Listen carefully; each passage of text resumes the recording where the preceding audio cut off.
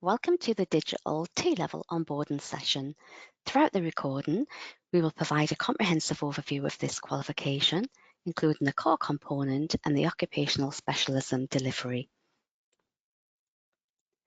My name is Rachel Webster, and I work in the provider development team here at NCFE.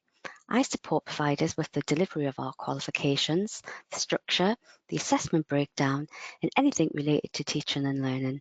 My direct email is shown, but if I'm unavailable, then please use our general provider development email address.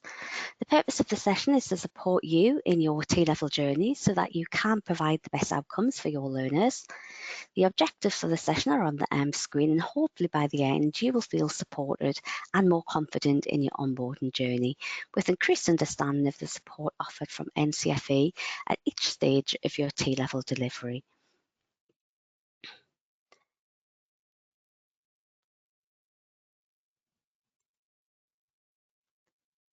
So we're going to start with an overview of the T-levels, their structure and some useful information. So the entire design of the T-levels is to ensure students have the threshold competency for the relevant occupational role using a holistic approach. Yes, there are summative assessments. However, T-levels go beyond exams, progression into vocational world with the relevant skills and experience. You will find that skills demonstration is an important part of the qualification, as is the knowledge. Their skills are vocationally specific, but also academic and work ready. Students will not only have the 3 A-level equivalency to take them to higher education, university, or even higher level apprenticeships, but also the skills and experience needed to succeed in their chosen career. Now, the T-level qualification is composed of 2 elements: the technical qualification, or the TQ, which is developed by an awarding organisation such as NCFE, and the industrial placement, which falls under the remit of the Department for Education. The TQ has 2 parts. So you've got the core component, which is often the focus for year 1, and the occupational specialism, which is often the focus for year 2 teaching. The core component gives students the knowledge base, which is then expanded and applied to a chosen occupational specialism. Some of the knowledge content is common to all the digital T-levels. This is called the root content, and some digital T-levels might have additional content specifically needed for that pathway, such as the digital support services, which we will discuss today. There are core skills, the general competency framework. So you've got your maths, your English and digital skills, which are to be embedded and taught alongside all elements. GCF are standard across all T-level qualifications. The core skills can overlap. For example, root skills across all 3 are researching, communication and reflective evaluation. But there's also pathway-specific skills, and I'll discuss them in a little bit more detail later on.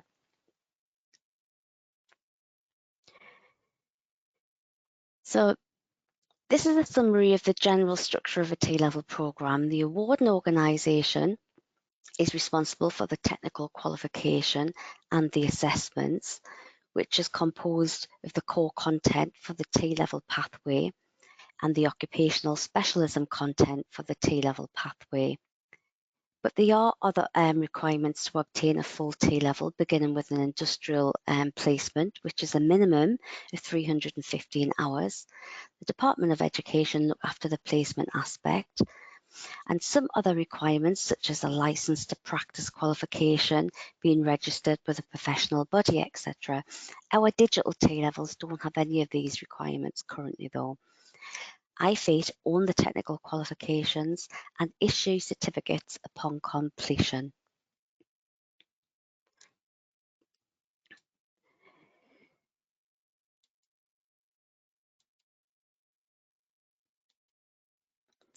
But before we get into the planning, we need to know how much time is needed. The specification does give guided learning hours, which can be used for, as the name suggests, guidance for how long it would take to teach the content.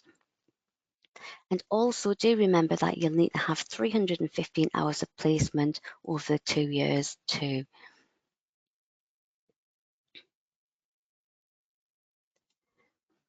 I'm going to show you an example 2-year delivery plan, and I just want to emphasise that the word example delivery plan because there isn't a one-size-fits-all approach.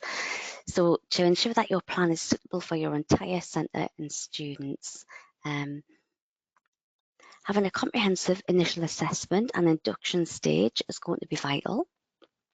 You'll need to ensure the students have all the skills required to start their T-level.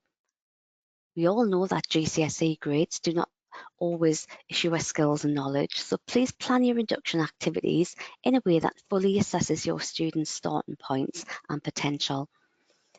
This assessment and induction period will then inform your student registrations, which generally must be completed between the 1st of September to the 1st of November.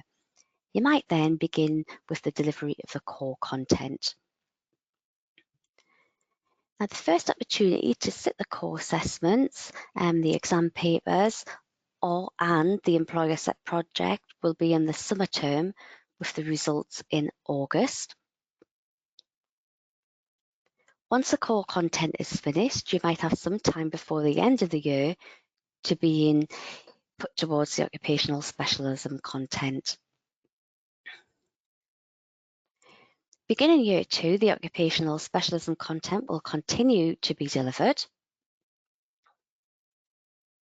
You may need to plan for the first sit or a resit opportunity for the core exams in the autumn term.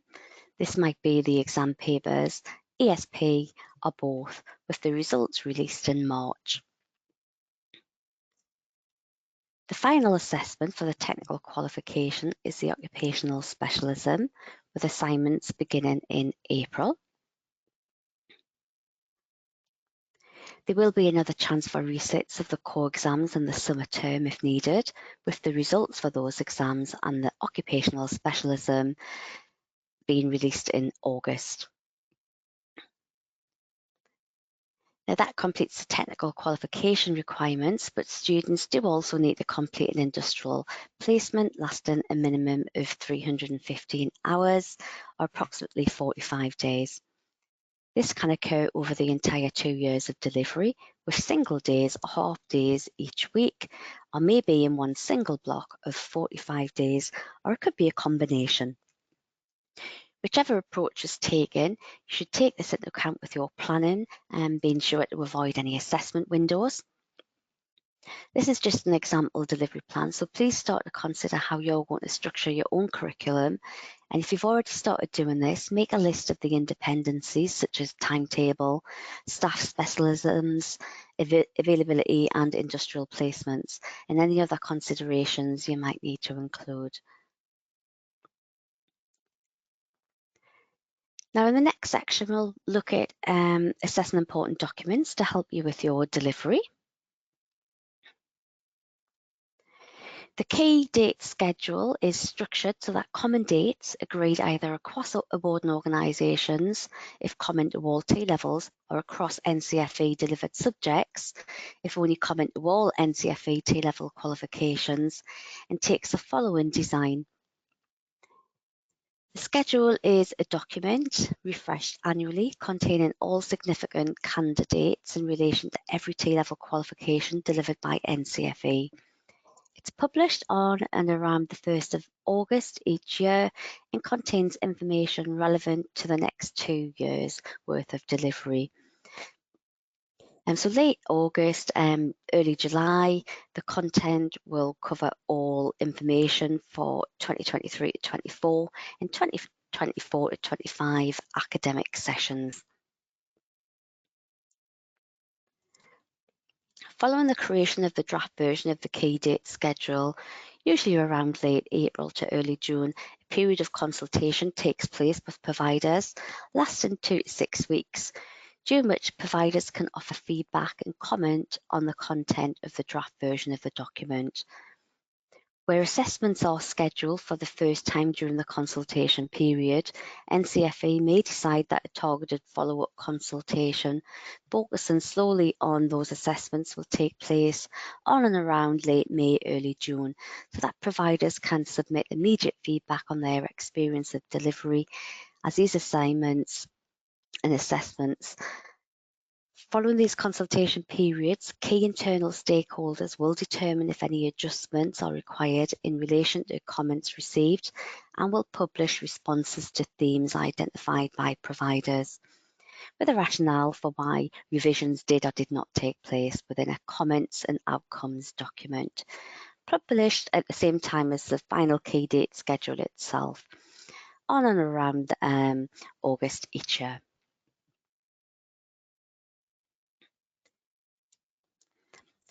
Now, before construction of the key date schedule takes place each year, a focus group comprising members from key internal stakeholder teams is created with the intention of contributing and advising on the development of the key date schedule.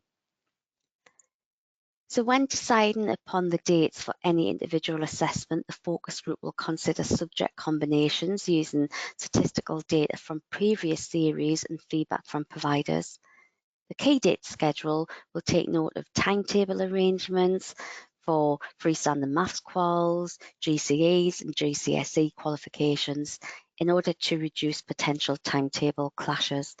However, it should be noted that the equivalent common JCQ timetable is only published annually once a year in advance. Therefore, many key GCSE and A-level dates are only confirmed after publication of the key date schedule.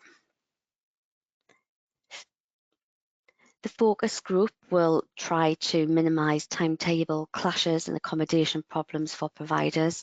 However, given the size and complexity of this document, clashes will be inevitable. Where a provider is impacted by a clash, we ask that they submit an assessment variation request via our website. Assessments will be scheduled during standard term times and cannot take account of individual school or college closures. We will not schedule any assessments for a weekend or a bank holiday. Academic sessions for all set and timed external assessments will be timetabled for 9 AM if a morning slot or 1 PM if it's an afternoon slot. The focus group will take account of religious festivals. However, there may be occasions where we're unable to avoid timetable assessments on such dates. Please note it must be assumed that an individual subject or assessment component will be timetabled on the basis of historical arrangements. All dates provided within provisional copies of the key date schedule are not confirmed until they are finalised and published in the revised, updated version available to providers in August. Printed versions of the key date schedules are not subject to version control. Providers must refer to the website for the most up-to-date version.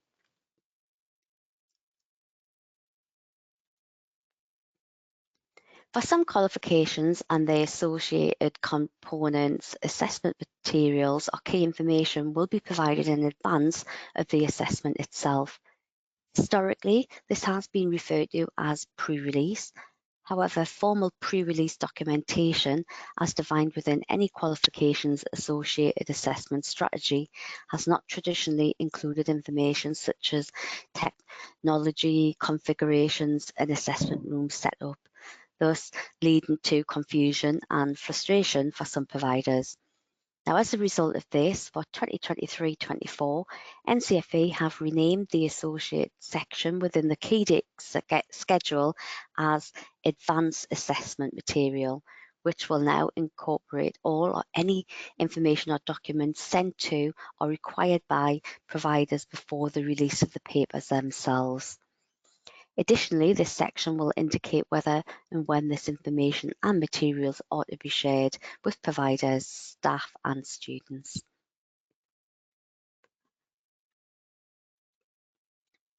You can find the assessment regulations on NCFE's website. The first step is to select qualifications. Then secondly, select assessment support. And thirdly, you can select assessment regulations, external assessment timetables, and guides from this menu.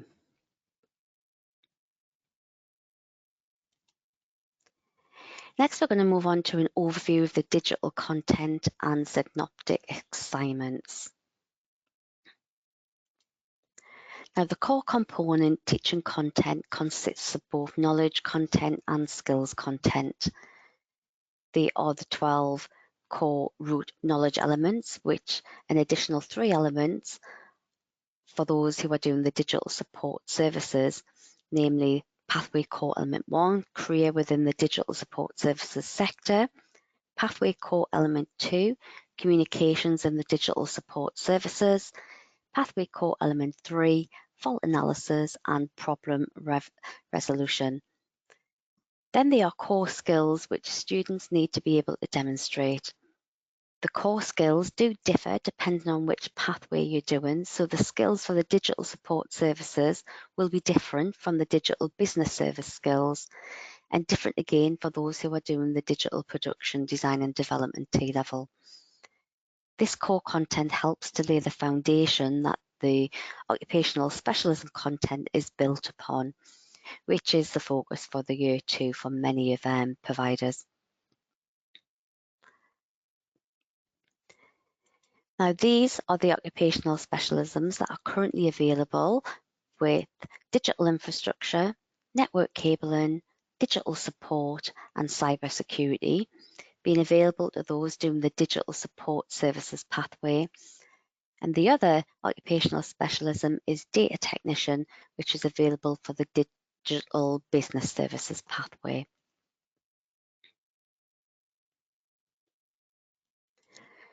Now, each occupational specialism have got performance outcomes, each of which indicate the knowledge and skills required to enable students to achieve threshold competence in the chosen occupational specialism.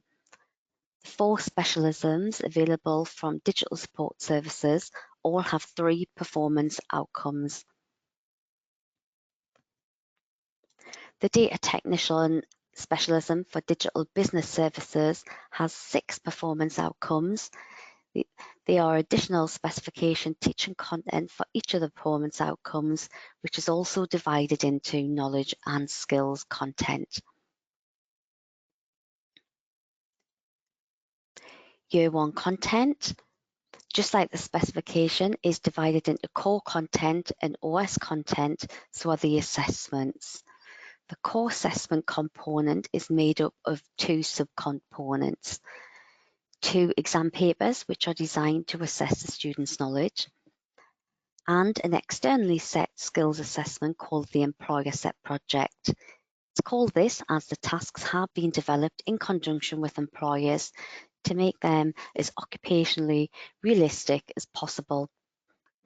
The core assessments will be available in the summer and autumn terms, with the ESP in May and November, and the exam papers in June and December. From September 23, when students sit the core assessments, they don't need to sit both subcomponents in the same assessment series as in previous years. For example, the ESP and papers in summer of year 1, learners can either sit the 2 exams, the ESP, or both. It is entirely up to them.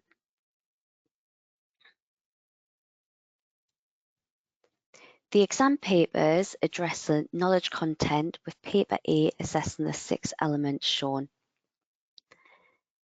and paper B assessing the remaining 12 elements. For those delivering digital support services, paper B will have an additional section which will assess the 3 pathway elements. The exams can be taken as traditional paper-based assessments, or an on-screen option is available too. Do consider what is best for your students, and if you find sample papers on our website, including examples of what the on-screen assessment would look like. Both digital paper A's are 2 hours long, but for paper B, DBS is 2 hours, and DSS is 2.5 hours due to the additional pathway content for the digital support services. The exam papers will consist of a mixture of multiple choice questions, extended response questions, and the papers are designed to assess 3 assessment objectives. Assessment Objective 1, which is all about the recall and demonstration of knowledge. Assessment Objective 2, which is about applying their knowledge to different scenarios, situations, and contexts. And the highest demand objective is AO3, being able to analyse and evaluate. Some questions might be brand new scenarios or situations that you've not explicitly taught the students, but they should have the required knowledge to use for that situation.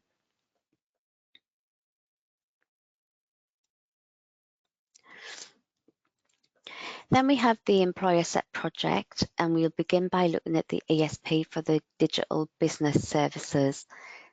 The ESP occurs during a 2-week window, which begins in May for the summer series and November for the autumn series.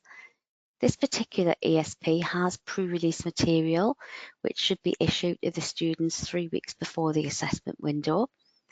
This is to give students a chance to familiarise themselves with the sector focus of the brief and any other relevant information such as research and e-commerce and the economy. This would also be checked by tutors to ensure it meets the requirements such as being on 4 pages, Arial font 12, etc. Task 1 is about using the information in the brief to make project considerations and potential risks, production of flowcharts or Gantt charts. Task 2A is about what steps might be taken next. So for example, it might be explaining the types of data you would require to meet the needs of the brief. Where could you source the data? What would you do with it?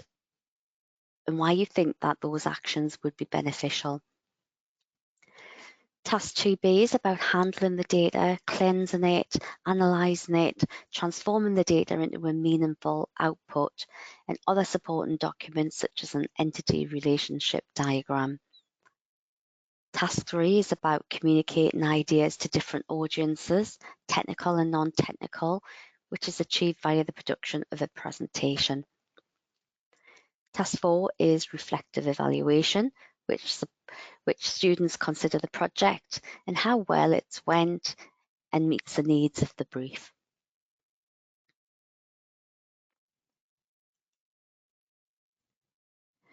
For digital support services, there are 3 ESP options.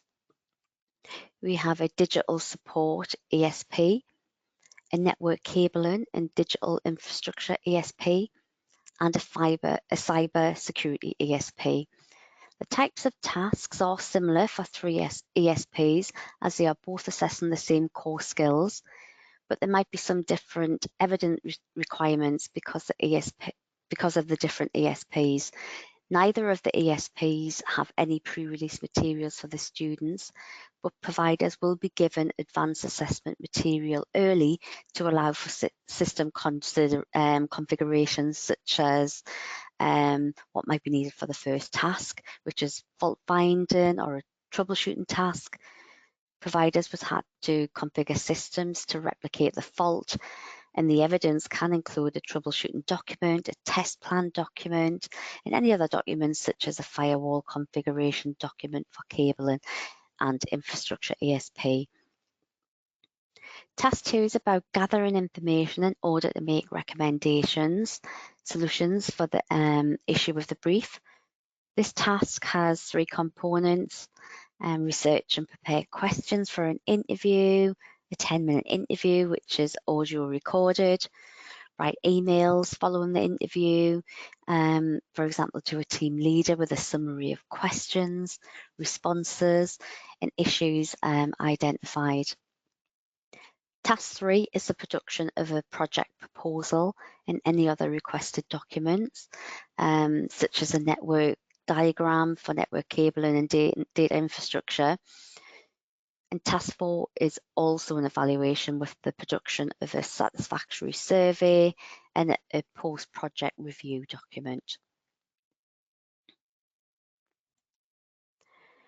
On screen is the weighting breakdown of the 2 core assessment subcomponents. Students are allowed to resit, and it will be their best grade that carries forward. With retakes, students can either sit the ESP only, the exam papers only, or resit both. If they do need to resit the papers, then it would include both papers. They can't just sit the one paper. Results from both the exam and ESP will be aggregated to give an overall core grade, which is A star distinction to E and U.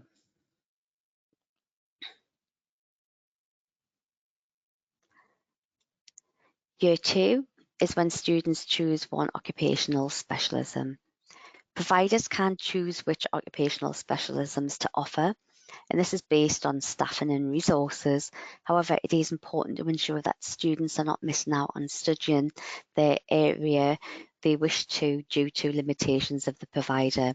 Therefore, it's important that you communicate the occupational specialisms that you will offer to your students during your marketing and induction so they can make the choice that's right for them. Now, the chosen occupational specialisms will be assessed through a series of synoptic assignments which have been designed to be occupationally realistic as possible and are externally set by NCFE. There are conditions that the task must be undertaken, which can be found in the provider guide, such as supervised sessions or exam conditions, video, audio recordings of certain tasks.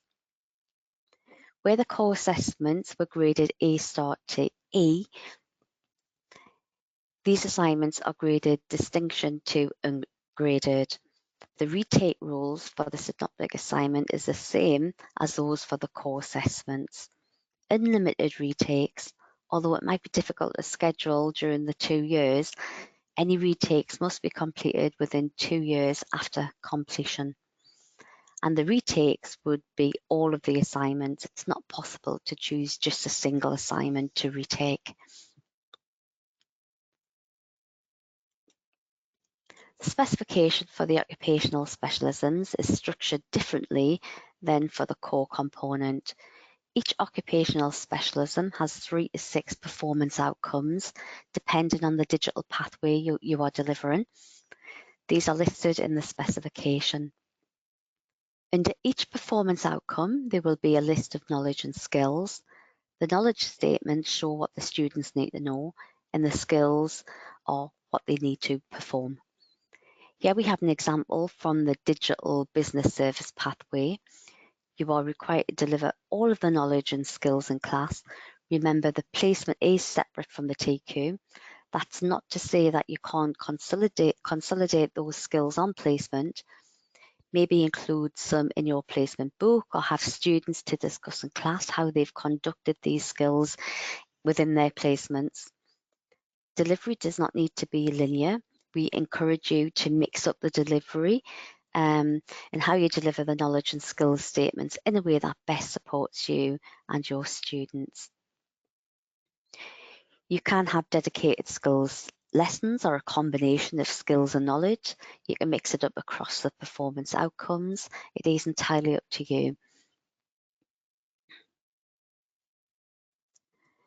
There is a single assignment for the data technician occupational specialism, which is part of the digital business services T-level. This assignment's broken up into 4 tasks, but each task can contain subtasks such as task 1A, task 1B, etc.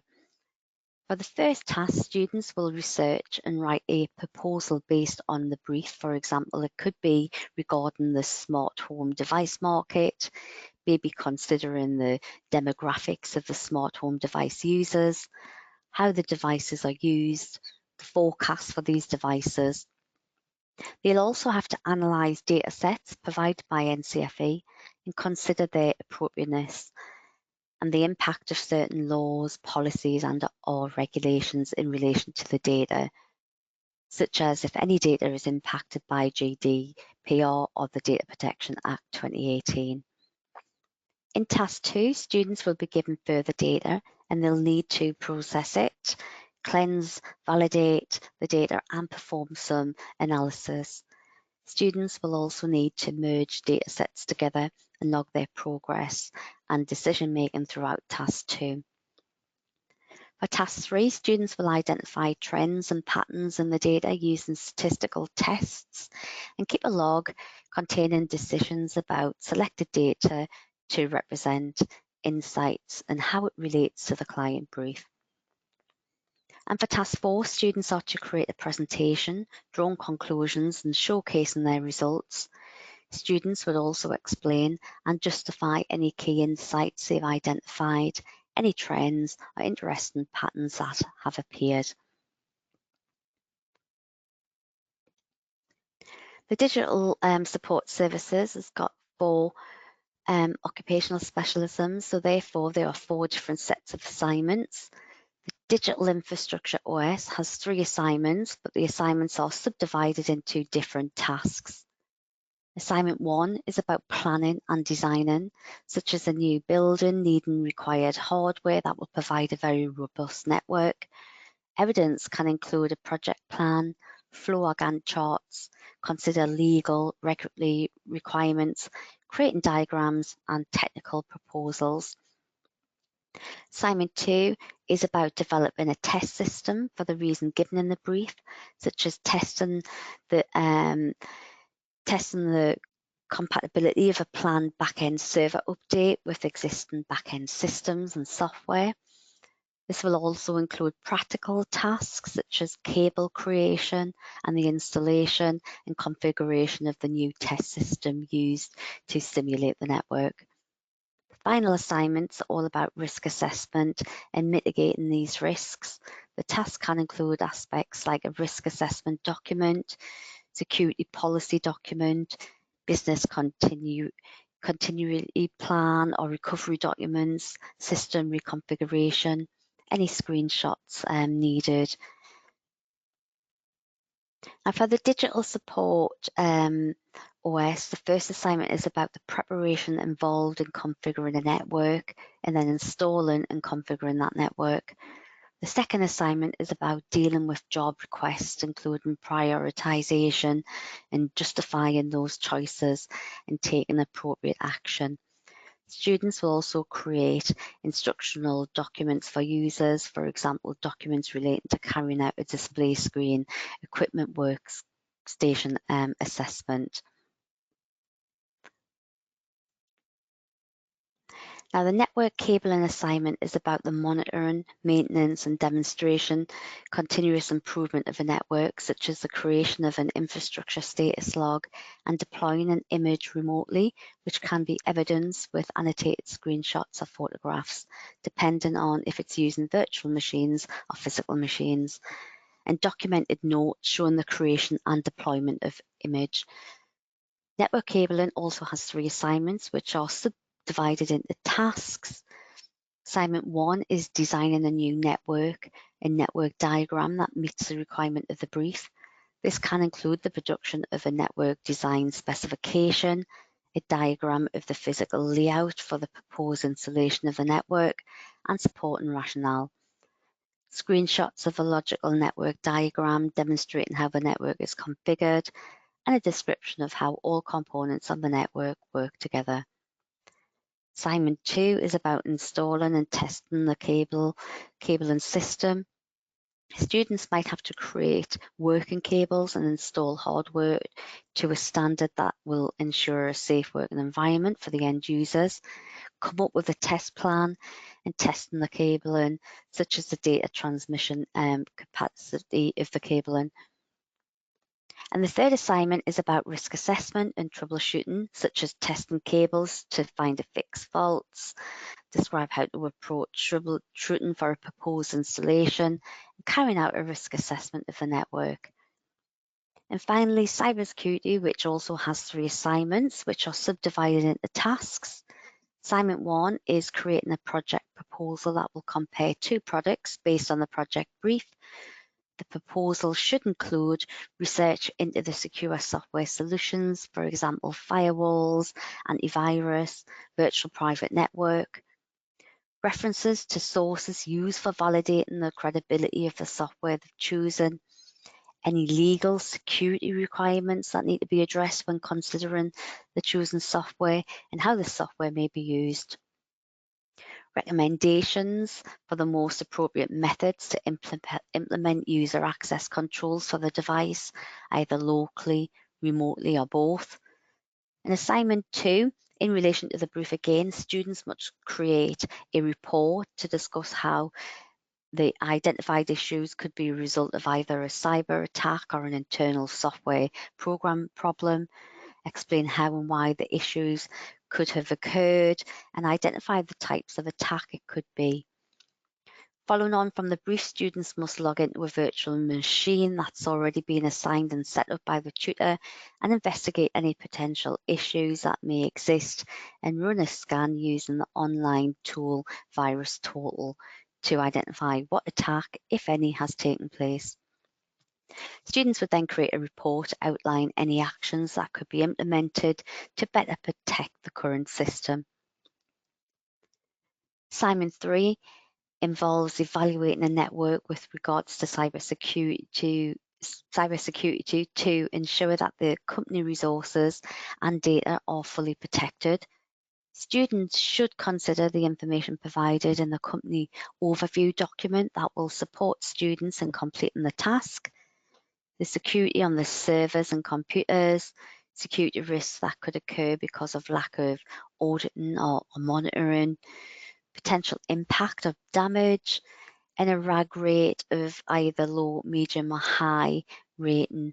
We do have sample assignment briefs on our website showing pass and a distinction standard of work for you to look at.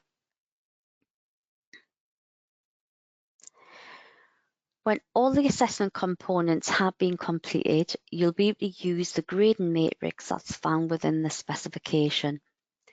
The overall weighting is 50-50 split between the core component grade and the occupational specialism grade. Now, let's say a student got a B in the core component and a merit for the occupational specialism, then the final grade for the technical qualification would be a merit.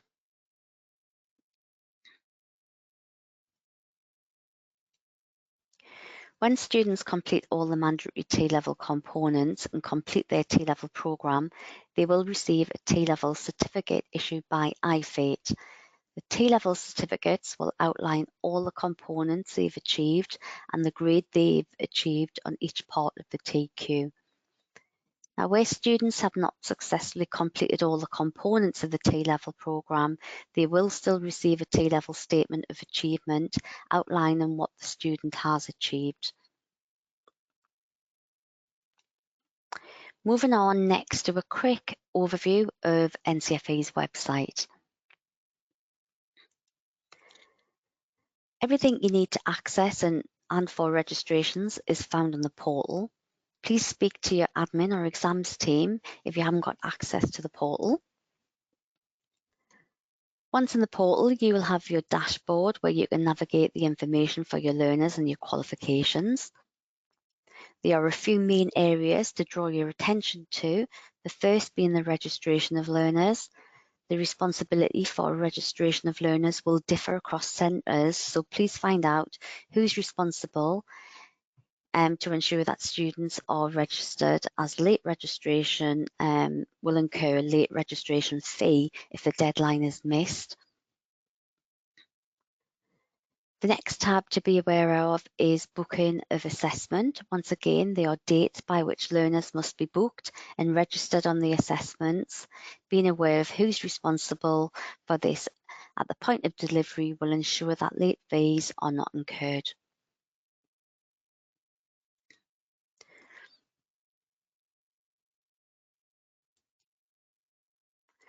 Once you have access to the portal, you'll also have access to the former Qual Hub through our website tab, where you will find all the important documents that we refer to throughout the session.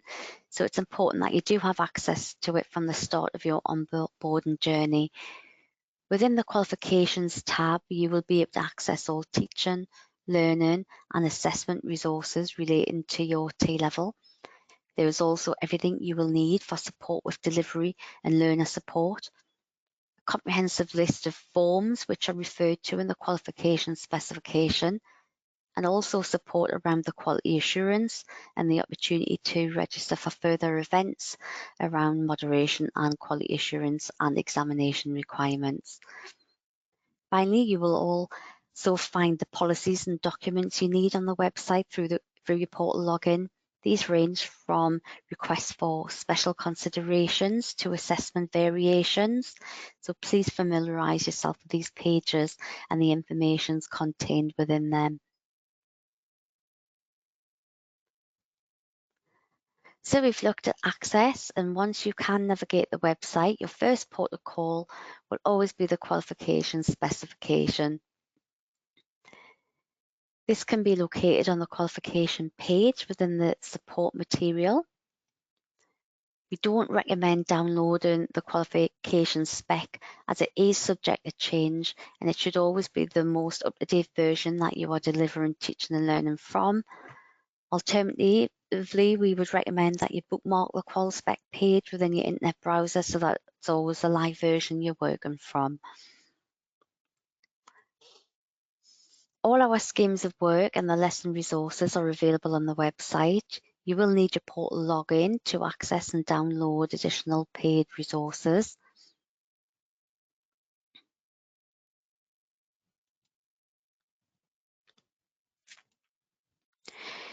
Now moving on next to a quick overview of the placements. I mentioned earlier that these fall under the remit of the Department for Education and are separate from the TQ in digital.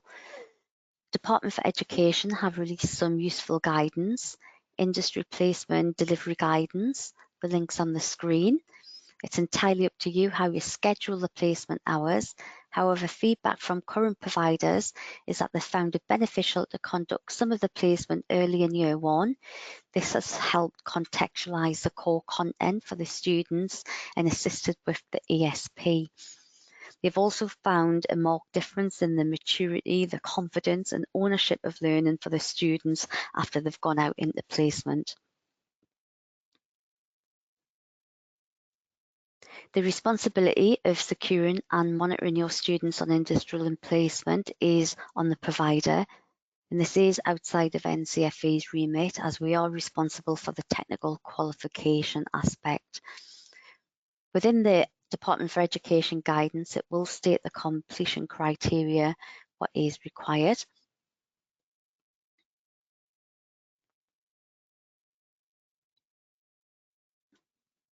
Now we're just going to look at the resources available to support the delivery of the technical qualification. I'm just going to talk through the resources available and in development from NCFE and what some other organisations are currently doing. Our content team have developed and made available example schemes of work and have also developed and are continuing to develop teaching resources to help with the delivery of the occupational specialisms. There are essential resources which will be free and additional resources available for a cost. These resources will contain an e-learning resource presentation, activity sheets and or home study sheet as an interactive PDF, and a session plan to accompany the e-learning resource. I've linked in our learning resource information sheet, which will let you know which sections of the specification the essential and additional resources will cover. Aside from our resources, HUDA have produced a textbook for the core content of the digital T-level, which is available directly from their website. Within the qualification page on our website, student packs are available. You will find them within the support material tab.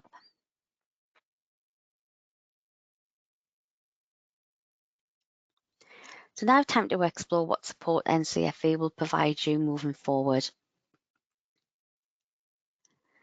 Your centre would have begun their journey at least a year before the first teach of the T-level with the pre-approval process. During this time, you may have been involved as teaching staff and assessors, or may have been senior leaders and exam teams who are more heavily involved. NCFE account managers will have been heavily involved in this process. Once approved, you'll be introduced to the provider development team. So myself and my other T-level colleagues on the provider development team continue the onboarding journey with your first consultation. And this is your one-to-one, 1 hour session where we will discuss all your delivery needs, get to understand the individual dynamics of your centre and your cohort, and aim to put your mind at rest when we share the support and resources available from NCFE. You are entitled to 3 1-hour curriculum consultations throughout your T-level journey to take at any time in delivery that best suits your needs. This may be around assessment, time, teaching and learning, progress and tracking. It's really up to you. As well as the 3 consultations, the provider development team have a comprehensive and detailed CPD offer, which is intentionally mapped to key milestones in delivery to ensure you feel confident with the qualification. These sessions are mapped throughout the 2 years of delivery, and we really do ensure that in addition to your individual consultations, there is support and professional development around teaching and learning approaches and preparation with assessments for the T-level qualifications. Throughout the next academic session, we're thinking of introducing a best practice network, which will be held each term. And this is to facilitate providers networking with support from NCFE colleagues. And it is an opportunity to share best practice and will be a mixture of centres at all different stages of delivery so that you can learn from each other in a safe space. Please do reach out to me to express your interest. There will be also drop-in sessions for ad hoc queries and touch points in between your consultations to ask questions to ensure your delivery continues on a smooth course. Please look out for these being promoted within the T-level provider newsletter and also on social media and on the website. Throughout your onboarding journey, from pre-approval to results day, support is at hand from our teams across NCFE, from monthly meetings with account managers to our incredible supportive customer service team who will help with all admin queries.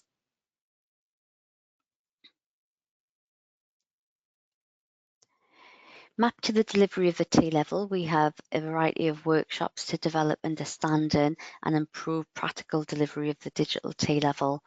We also have a number of sector-specific CPD with practical ideas and resources which you can take away and put directly into practice. Please keep a check of our website for registration dates, but in the meantime, we have previous sessions available on our YouTube channel, and these can be watched on demand at a time that suits you.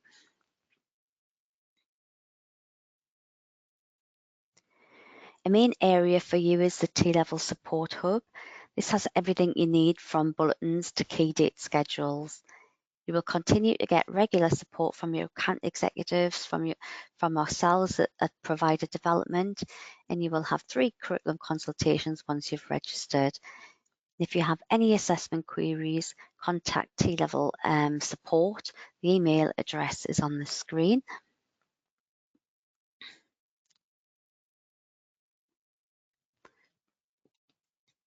The customer support team are there as the first line of inquiry.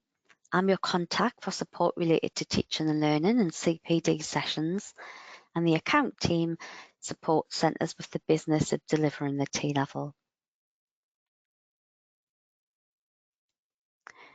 Thank you for watching.